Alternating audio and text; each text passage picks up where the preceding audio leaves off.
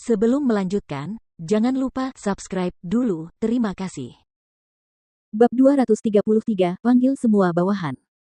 Kane meludahi Jordan dengan arogan dan membentak, kenapa aku harus berlutut memohon padamu? Kau pasti sedang bermimpi. Tahukah kamu apa statusku? Keluargaku punya bank. Periksa dompet keluargamu dan lihat apakah ada kartu kredit yang diterbitkan oleh bank keluargaku. Kau hanya seorang pecundang dari tempat kumuh yang istrinya direnggut oleh sahabatku, dan kau berani berbicara kasar padaku. Ini kota New York. Coba sentuh aku dan lihat apa yang terjadi. Kane dan keempat keturunan lainnya biasanya berperilaku tirani di kota. Orang-orang dengan usia dan latar belakang yang sama pada dasarnya adalah teman-teman mereka atau, paling tidak, kenalan. Alasan mengapa dia berani memprovokasi Jordan dengan cara yang tak terkendali adalah karena dia memandang rendah Jordan. Namun, tindakannya benar-benar membuat Jordan dan Pablo marah. Jordan tercengang. Setelah bertempur dalam banyak pertempuran, dia belum pernah menghadapi situasi seperti ini sebelumnya.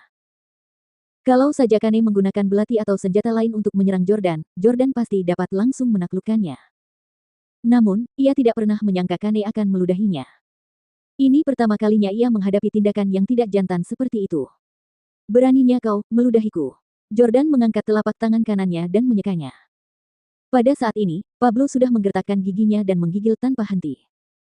Dia langsung berlari ke arah Kane dan berteriak dengan marah, "Pang, kau pasti sudah lelah hidup.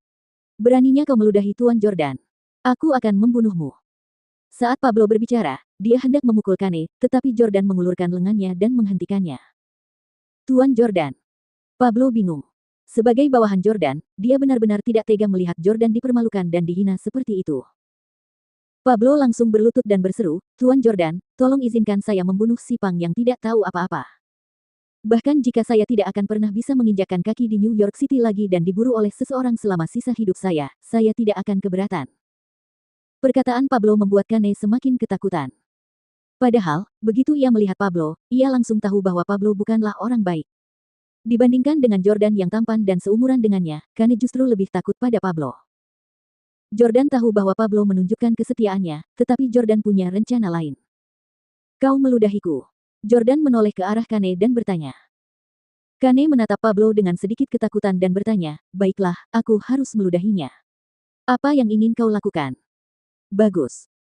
Jordan secara mengejutkan tidak marah dan malah mengambil selembar tisu dari sakunya untuk menyeka air liurnya.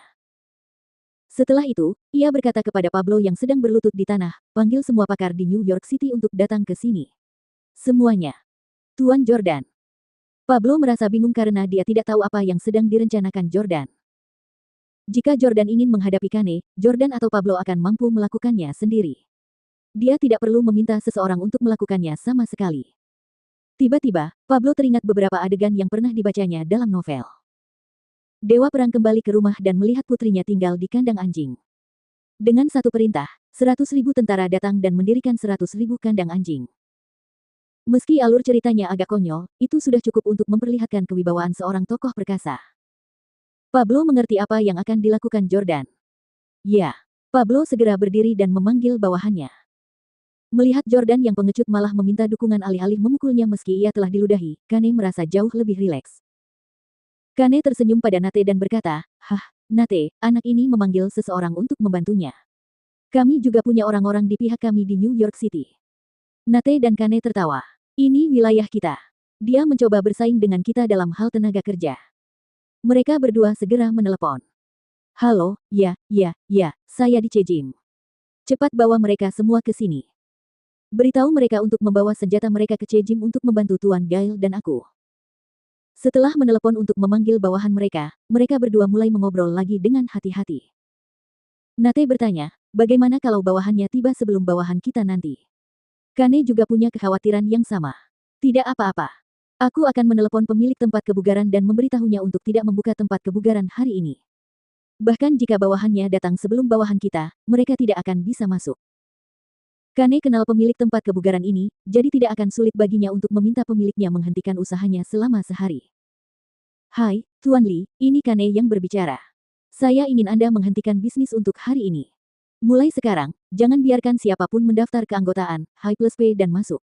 Bisakah Anda mengizinkan saya mengambil alih untuk sore ini? Aku akan mengganti kerugianmu 2 kali lipat." Setelah menutup telepon, Kane berkata pada Nate, "Selesai." Setelah itu, Kane dengan bangga berkata kepada Jordan, "Pang, jangan repot-repot mengajak orang-orangmu datang ke sini. Bahkan jika mereka ada di sini, mereka tidak akan bisa masuk. Jika Anda berencana membiarkan mereka menerobos masuk, saya khawatir Anda tidak tahu bahwa pintu-pintu itu telah dilengkapi dengan perangkat keamanan. Selama mereka mencoba menerobos masuk, mereka akan tersengat listrik dan pingsan. Hanya sedikit pusat kebugaran yang memiliki langkah-langkah keamanan seperti itu. Mereka menerapkannya hanya karena ada terlalu banyak gadis cantik di pusat kebugaran itu, yang semuanya kaya. Itulah sebabnya pemiliknya memutuskan untuk memasang langkah-langkah pengamanan ini guna melindungi dari para cabul. Tidak sembarang orang dapat mendaftar menjadi member High Plus P di pusat kebugaran ini. Beberapa orang yang berpenampilan cabul atau berpakaian terlalu lusuh tidak akan diizinkan masuk ke pusat kebugaran tersebut. Jika mereka menerobos masuk, mereka akan diberi pelajaran. Persyaratan yang ketat dan keamanan tempat kebugaran itulah yang menjadi alasan semakin banyaknya wanita cantik yang bergabung di tempat kebugaran tersebut. Jordan tidak peduli. Karena dia telah memutuskan untuk memanggil anak buahnya untuk menghadapi Kane, mereka harus masuk. Tidak seorang pun dapat menghentikannya. Jordan segera menelepon Frank. "Halo, saya di Jim. Beli seluruh pusat kebugaran ini atas nama saya," kata Jordan dingin. Nate dan Kane mendengar perkataan Jordan karena mereka berada tepat di depannya. Setelah mendengarnya, keduanya langsung tertawa. "Hahaha, kamu mau beli Jim? Nak, kenapa kamu pamer? Kamu tahu nggak sih berapa harga gym ini? Ini gym terbaik di New York City." Kane berteriak pada Jordan. Nate terkekeh dan berkata, "Ini lucu sekali. Seorang yang tidak punya uang dan tidak berguna berani memamerkan kekayaannya di depan kita berdua.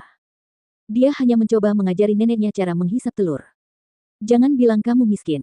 Bahkan jika kamu punya cukup uang, Tuan Lee tidak akan menjual tempat kebugaran itu kepadamu." Kane melanjutkan, "Ya, orang macam apa Tuan Lee itu? Dia membuka pusat kebugaran dan menjalankannya sebagai hobi. Dia tidak membutuhkan jutaan dolar itu. Buat apa dia repot-repot menjualnya padamu? Kalau kamu bisa mendapatkannya, aku akan kencing sambil melakukan handstand." Setelah itu, Jordan berkata lewat telepon, "Apa? Kita tidak perlu membelinya. Baiklah kalau begitu." Hahaha. Mendengar perkataan Jordan, Kane dan Nate kembali tertawa terbahak-bahak.